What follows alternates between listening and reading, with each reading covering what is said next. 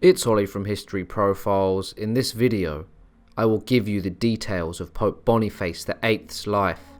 This video may have you questioning reality. How could a man that has reached the highest rank in the church worship Satan? Let's get into the video and find out. First, let's look at his early life. Pope Boniface's birth name is Benedetto VIII, and he was born in 1230 in Anagni, an ancient town just south of Rome. He was born into the upper class. His family were barons of the Papal States, so growing up, Benedetto would have had an advantage. He was soon sent to the monastery of the Friars Minor, where he would learn Latin and grow knowledgeable in religious texts.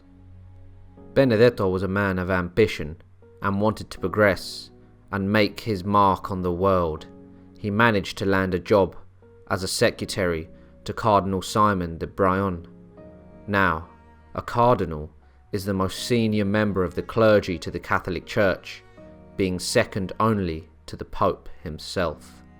Now, being the secretary was nothing like being a secretary today. He had to travel with the cardinal all over Europe. In 1265, Benedetto would make his way all around Europe and would remain in England until 1268 in order to try to stop a rebellion against King Henry III of England. After 1268, the trail on Benedetto's life goes missing. Nothing is known of his whereabouts or what he was doing during this time. For 8 years, he disappears from history. He reappears in 1276, where he was sent to France to supervise the collection of a payment that was intended for the church. Benedetto had been sent around Europe, had done several jobs for the church without question, and now his time had come. On the 12th of April, 1281, Pope Martin IV made Benedetto a cardinal. He was now a powerful member of the church, but was it enough for him? As the years went by and the popes came and went, Benedetto had his eyes set on one thing, and that was the papal throne. On the 13th of December, 1294, Pope Celestine V abdicated after 5 months as pope. Now this was very unusual. Bartholomew of Lucca, a medieval historian, witnessed many of the events and conversations surrounding the abdication of Pope Celestine, and recounted that Benedetto heavily pressured the Pope to abdicate. Why did the Pope relinquish his power and go against his own human nature? Did he do it as he was pressured by those beneath him, or was something more sinister at work? Soon after Pope Celestine abdicated, Benedetto was then elected as Pope and took the name of Pope Boniface VIII. One of his first acts as Pope was to grant his predecessor the castle of Fulnom, where he would die the next year. Rumours would spread around Europe that something dark was surrounding the papacy, as all the events leading to Pope Boniface's ascension just seemed too convenient. Peasants and kings alike would talk and implicate Boniface in the demise of the former pope. Asserting power came to Boniface naturally. He would often involve himself in foreign affairs, as he wanted to be recognized as supreme and above all the kings of Europe. This message was conveyed in a papal bull which he issued called the Unam Sanctum. This document stated, "Since the church is one, since the church is necessary for salvation, and since Christ appointed Peter to lead it, it is absolutely necessary for salvation that every human creature be subject to the Roman Pope." Many kings of Europe now saw the Pope as a man who was drunk on power and who came to the papal throne through questionable means. The church was divided, and the illusion of power that protected the Pope was diminishing due to the dark aura that surrounded his rule. The Pope was making enemies all over Europe. The Prince of Germany and Philip, the King of France, both questioned and disputed his so-called supremacy over them. Pope Boniface would also make enemies in his own camp. In 1297, the Pope excommunicated a cardinal from the College of Cardinals, which would lead to a bitter feud. The former cardinal, whose name was Giacomo Colonna, accused the Pope of having been elected illegally following the unprecedented abdication of Pope Celestine V. These accusations infuriated the Pope and led to war. Colonna's revolt, however, was in vain. He was captured within a year.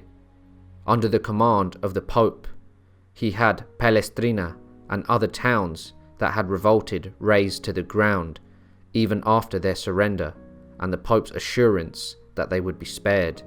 Even the highest ranking of the Church would give false promises and lack forgiveness and empathy.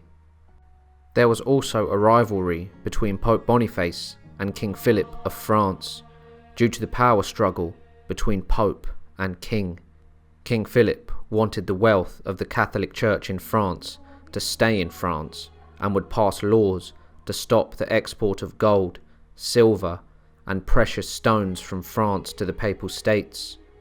This was the start of a long-lasting feud that would expose the Pope as a tyrannical man, and also maybe something far more dark. The Pope would issue another papal bull named Ausculta Fili. This document conveyed that King Philip of France should listen to the Vicar of Christ as the spiritual monarch who stood above all earthly kings. The document would reach King Philip of France, and upon reading it, he threw it into a fire. Pope Boniface, however, underestimated King Philip. In the shadows, Philip was plotting the downfall of the Pope. He gathered lawyers, magistrates, high-ranking church officials who all opposed the Pope. He also had witnesses ready to testify against him. King Philip was so brazen that he even sent an army to arrest the Pope. The grounds of the arrest were enough to convince the people that this Pope had to be deposed and face trial. There had been talk around Europe for years surrounding the Pope, and many believed the charges, and there were many. I shall now read out the charges. He has often said that if nothing else could be done to humble the king and the French, he would ruin himself, the whole world, and the whole church. He has a private demon whose advice he follows in all things, and this is publicly known. He is a soothsayer who consults in oracles, and this is publicly known. He is a sodomite and keeps concubines, and this is publicly known. He is seeking to destroy the faith. He has long harboured an aversion against the King of France, because in France there is and ever was the splendour of the faith, the grand support and example of Christendom. It is notorious that the Holy Land has been lost as a result of his sins. It is notorious that he seeks not the salvation of souls, but their perdition. These charges were merely everything the public was thinking. They believed he had schemed with the devil to rise to the top of the church, and had practiced the dark arts in order to commune with the devil who helped him rule. Many thought that the devil had taken command of the church due to its ongoing corruption. In 1303, an army was assembled, led by King Philip's minister, Nogaret. A ghost would also come back to haunt the Pope, as Sciarra Colonna, the relative of the disgraced Cardinal Giacomo Colonna, had joined the army, seeking vengeance. The army attacked the Pope at his palace in Anagni. The Pope was soon arrested and placed into the custody of Nogaret. The Colonna family demanded the Pope's resignation. For the first time in history, the supreme authority of the Pope was diminished, and the illusion of power was unveiled. The Pope was treated as your common criminal would have been back then, and was beaten, slapped, and humiliated. However, the people of Anagni rose up in arms and freed the Pope.